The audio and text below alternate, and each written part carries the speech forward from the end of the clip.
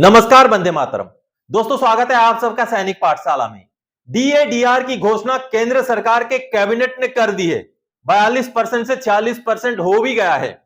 इसके ऊपर social media में कई सारे बातें चल रही है और साथ ही साथ स्पर्श ने पेंशनर्स को मैसेज दे दिया कि 42% के हिसाब से ही आपको पेंशन मिलेगा, ना कि 46% के हिसाब से। यानी कि बढ़ा हुआ जो दर है वो इस महीने के पेंशन में लागू नहीं किया गया। तो ऐसे में जो बातें चल रही हैं कि रेलवे ने तो जारी कर दिया, अब डिफेंस ने क्यों नहीं किया, और कई सारे पेंशनर्स ये भी बोलते हैं कि जब डीए-डीआर की बातें मैं करता हूं, जब आपको जानकारी देने की कोशिश करता हूं, तो कई सारे व्यूअर्स के कमेंट्स आते हैं कि जब मिलना है मिल जाएगा, आप परेशान क्यों हो रहे हैं। लेकिन दोस्तों, बात परेशानी वाली नहीं है। बात यह है कि सच्चाई क्या है, प्रोसीजर क्या है, वो आपको पता होना चाहिए। क्यों रेलवे ने जारी कर दिया, डिफेंस ने क्यों नहीं किया, क्या है डीए, क्या है डीआर, ये सारी बातें आपके मन में जब क्लियर होंगी, आपके दिमाग में जब क्लियर होंगी, तब जाकर के आप इत्मीनान रख सकते हैं कि हां, जारी हुआ किसी का तो क्यों हुआ, नहीं हुआ तो क्यों नहीं हुआ, और आगे होगा तो कब और कैसे होगा। सारी बातें इस वीडियो में क्लियर हो जाएंगी। जैसे आप बोर्ड पर देख पा रहे दोस्तों, सब के सब चीजें मैं आपको डॉक्यूमेंट के आधार पर, डिफेंस मिनिस्ट्री के आदेश के आधार पर, फाइनेंस मिनिस्ट्री के वित्त मंत्रालय के आदेश के आधार पर, और साथ ही साथ पेंशन मंत्रालय के लेटर के आधार पे आगे समझाऊंगा दोस्तों। तो चलिए आगे बढ़ेंगे वीडियो में। आगे बढ़ने से पहले मेरा आप सबसे आग्रह है, सैनिक पाठशाला चैनल में आप पहली बार विजिट कर रहे हैं या चैनल को अभी तक सब्सक्राइब नहीं किया है, तो चैनल के साथ जुड़े रहने के लिए, इसका हिस्सा बने रहने के लिए चैनल को सब्सक्राइब जरूर करें। तो चलिए सबसे पहले दोस्तों, क्या केंद्र सरकार के घोषणा के बाद भी नहीं मिलेगा 46% डीए-डीआर? मिलेगा तो जरूर, लेकिन कब मिलेगा, कैसे मिलेगा, किस आदेश के बाद मिलेगा, सभी बातें यहां पर समझते हैं। इससे पहले सबसे पहले आपको समझना पड़ेगा दोस्तों कि डीए क्या है और डीआर क्या है। डीए और डीआर अलग अलग चीजें हैं और किन को मिलते हैं, ये सारी बातें समझते हैं। चलिए, क्या है डीए दोस्तों? डीए भी महंगाई भत्ता है और डीआर भी महंगाई भत्ता ही है, लेकिन थोड़ा सा उसको सेपरेट इसलिए किया गया है क्योंकि डीए जो है वो एम्प्लॉइज के लिए दिया जाता है, जो सर्विस में है उनको दिया जाता है, उसको बोलते हैं डियरनेस अलाउंस यानी कि डीए। और क्या है डीआर? डीआर है दोस्तों डियरनेस रिलीफ, यानी कि जो पेंशनर्स होते हैं जिनको महंगाई भत्ता लागू है, उनको जो महंगाई भत्ता दिया जाता है उसको डीआर बोलते हैं, यानी कि डियरनेस रिलीफ। तो चीजें एक ही हैं, उनकी दरें एक ही हैं, लेकिन लागू करने के नाम अलग है, देने के जो मिनिस्ट्रीज हैं वो भी अलग हैं। उसको आपको समझना पड़ेगा कि क्यों डीआर में क्यों देरी हो रही है, डीआर का आदेश क्यों नहीं जारी किया, ये समझते हैं दोस्तों। चलिए, कब मिलेगा डीए और डीआर, ये समझते हैं। सबसे पहले डीए जो कि एम्प्लॉइज को मिलता है, डीआर जो कि पेंशनर्स को मिलता है। अब दोनों के लिए कैबिनेट की घोषणा जरूरी है, जो हो चुकी है। ये देखिए, कैबिनेट की घोषणा डीए का भी और डीआर का भी एक साथ हो चुका है। 42% से 46% हो चुका है, 4% की बढ़ोतरी हो चुकी है। अब आगे क्या? आगे दोस्तों डीए के लिए जो है फाइनेंस मिनिस्ट्री का जो है आदेश चाहिए, जो निकल चुका है। अब ये जो सामने आप आदेश देख पा रहे हैं, ये फाइनेंस मिनिस्ट्री का आदेश है। इसको मैं आगे और बढ़िया से आपको दिखाऊंगा और समझाऊंगा कि इस आदेश के क्या मायने हैं। अब इस आदेश में दो डिपार्टमेंट छूट जाते हैं, फाइनेंस मिनिस्ट्री में दो डिपार्टमेंट छूट जाते हैं। क्या?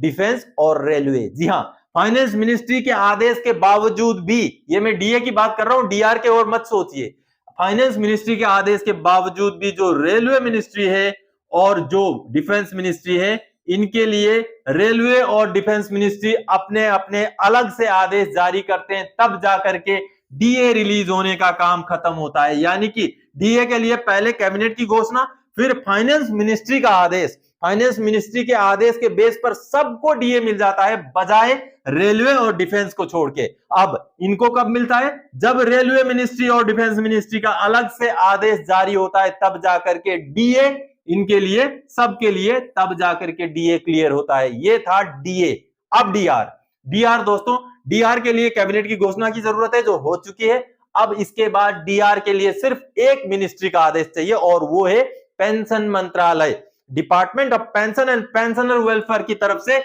एक आदेश निकलता है, पेंशन मिनिस्ट्री की तरफ से। अब इस आदेश के बेस पे सभी के सभी पेंशनर्स को डियरनेस रिलीफ मिल जाता है। अलग से कोई डिफेंस मिनिस्ट्री या रेलवे मिनिस्ट्री की जरूरत नहीं है। आगे मैं कागज दिखाऊंगा, दस्तावेज दिखाऊंगा, जिससे आपको समझ में आ जाएगा दोस्तों कि किस तरीके से सीधे के सीधे कैबिनेट की घोषणा के बाद पेंशन मंत्रालय का आदेश और आपके अकाउंट में आपका डीआर का अमाउंट, मैं डीआर की बात कर रहा हूं। चलिए ये जो है सारी चीजें एक बार मैं कागजों में आपको दिखाता हूं, उसको देखते हैं।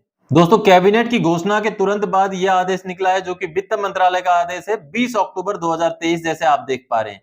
अब ये आदेश किन के संदर्भ में, देखिए, dearness allowance to central government employees effective from 1 July 2023, यानी कि ये सिर्फ एम्प्लॉइज के लिए है, यहाँ कोई भी पेंशनर्स का जिक्र नहीं है। और 42% से 46% हो जाता है द बेसिक पे, यानी कि बेसिक पेंशन के बारे में नहीं, ये बेसिक पे के बारे में। और यहाँ सबसे महत्वपूर्ण जो बात है वो 5 नंबर पैराग्राफ में है, जैसे आप देख पा रहे हैं। ये सभी के लिए सभी एम्प्लॉइज के लिए लागू होगा सिवाय मिनिस्ट्री ऑफ डिफेंस और मिनिस्ट्री ऑफ रेलवेज, उनके लिए ये आदेश भी लागू नहीं होगा। इस आदेश के बाद जो है उन मिनिस्ट्रीज से, यानी कि डिफेंस मिनिस्ट्री और रेलवे मिनिस्ट्री से अलग से आदेश निकाले जाएंगे उनके एम्प्लॉइज के लिए। यानी कि ये जो फाइनेंस मिनिस्ट्री का आदेश है, इस आदेश के निकलने के बाद जब डिफेंस मिनिस्ट्री और रेलवे मिनिस्ट्री अपने अपने आदेश निकालेंगे, उसके बाद ही उनके एम्प्लॉइज के लिए डीए यानी कि महंगाई भत्ता लागू होगा या भुगतान किया जाएगा। या आपने अभी देखा दोस्तों कि फाइनेंस मिनिस्ट्री का, वित्त मंत्रालय का आदेश था जिसमें कुछ बातें क्लियर होती हैं। अब आगे मैं दिखाता हूं आपको डिफेंस मिनिस्ट्री की तरफ से जब आदेश जारी किया जाएगा।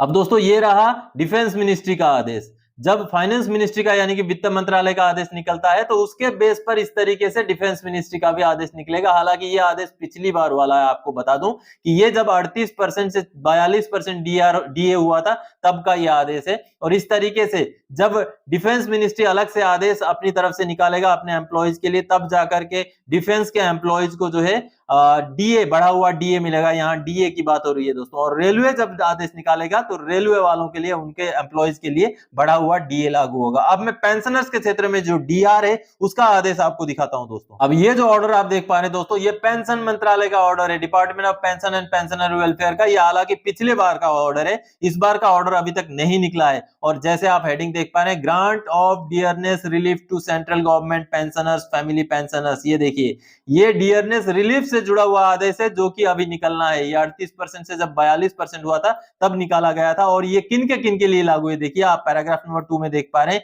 These rates of DR will be applicable to the following categories. यहाँ जो सब पैराग्राफ नंबर 2 है वहां पर लिखा हुआ है the armed forces pensioners, family pensioners and civilian pensioners, family pensioners paid out of the defence service estimate. यानी कि सारे के सारे जितने भी डिफेंस पेंशनर हैं या डिफेंस के फैमिली पेंशनर हैं या डिफेंस के सिविलियन पेंशनर हैं, उनके लिए भी यही आदेश लागू होगा। यानी कि पेंशनर्स के लिए डिफेंस मिनिस्ट्री से कोई अलग से आदेश की जरूरत नहीं है। पेंशन मंत्रालय का ये आदेश जो है, यही आदेश काफी है, लागू है डिफेंस मिनिस्ट्री के पेंशनर्स के लिए भी। हालांकि बता दूं अभी तक वो आदेश जारी नहीं हुआ है, ये पिछला आदेश मैं आपको दिखा करके समझा रहा हूं।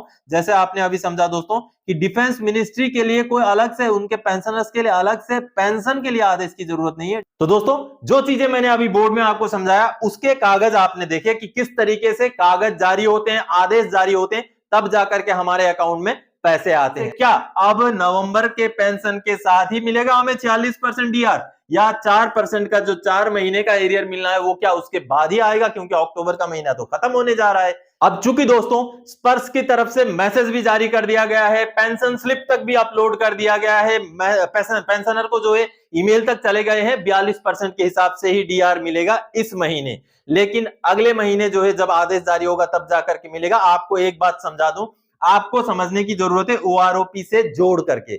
ओआरओपी 2 का जब सेकंड इंस्टॉलमेंट मिला या फर्स्ट इंस्टॉलमेंट मिला, आपको महीने के आखिर में नहीं मिला, किसी को महीने के बीच में मिल गया, किसी को 10 तारीख को मिला, किसी को 17 को मिला, किसी को 15 को मिला। यानी कि जी हां, गुंजाइश है कि महीने के बीच में भी आपको जो है डीआर का एरियर मिल सकता है। जैसे आपको ओआरओपी का सेकंड इंस्टॉलमेंट, फर्स्ट इंस्टॉलमेंट मिला, या तो आगे थर्ड इंस्टॉलमेंट मिलेगा, क्योंकि सिर्फ कमांड देने की जरूरत है। स्पर्श के अंदर भी कमांड को एग्जीक्यूट करते ही आपका पैसा आपके अकाउंट में ट्रिगर हो जाएगा, आपके अकाउंट में चला जाएगा, क्रेडिट हो जाएगा। तो इस तरीके से अगर मान लीजिए अक्टूबर के बिल्कुल लास्ट में अगर पेंशन मंत्रालय का आदेश जारी होता है, या तो फिर नवंबर के फर्स्ट वीक के अंदर अंदर भी अगर पेंशन मंत्रालय का आदेश जारी होता है और उस आदेश को स्पर्श के अंदर या सीपीपीसी में जो सिस्टम है उनके अंदर एग्जीक्यूट किया जाता है, तो आपको दीपावली से पहले पहले आपका डीआर का 4 महीने का एरियर मिलने के पूरे चांसेस हैं। और आपको मैंने एरियर का कैलकुलेशन बता ही दिया था, आपका बेसिक पेंशन को गुणा कर दीजिए 0.16 से, आपका 4 महीने का एरियर निकल के आएगा, जो बढ़ोतरी अभी हुई है 42 से 46%। तो दोस्तों ये चीजें जो है होनी जरूरी है डीआर के डिक्लेरेशन के बाद, तब जाकर के आपको आपका डीआर का अमाउंट या डीए का अमाउंट आपके अकाउंट में आता है। तो दोस्तों आज के इस वीडियो में इसी जानकारी को देने के लिए आया था। आगे और कोई जानकारी आपसे सरोकार रखने वाला विषय लेकर मैं फिर से हाजिर हो जाऊंगा। तब तक के लिए जय हिंद दोस्तों।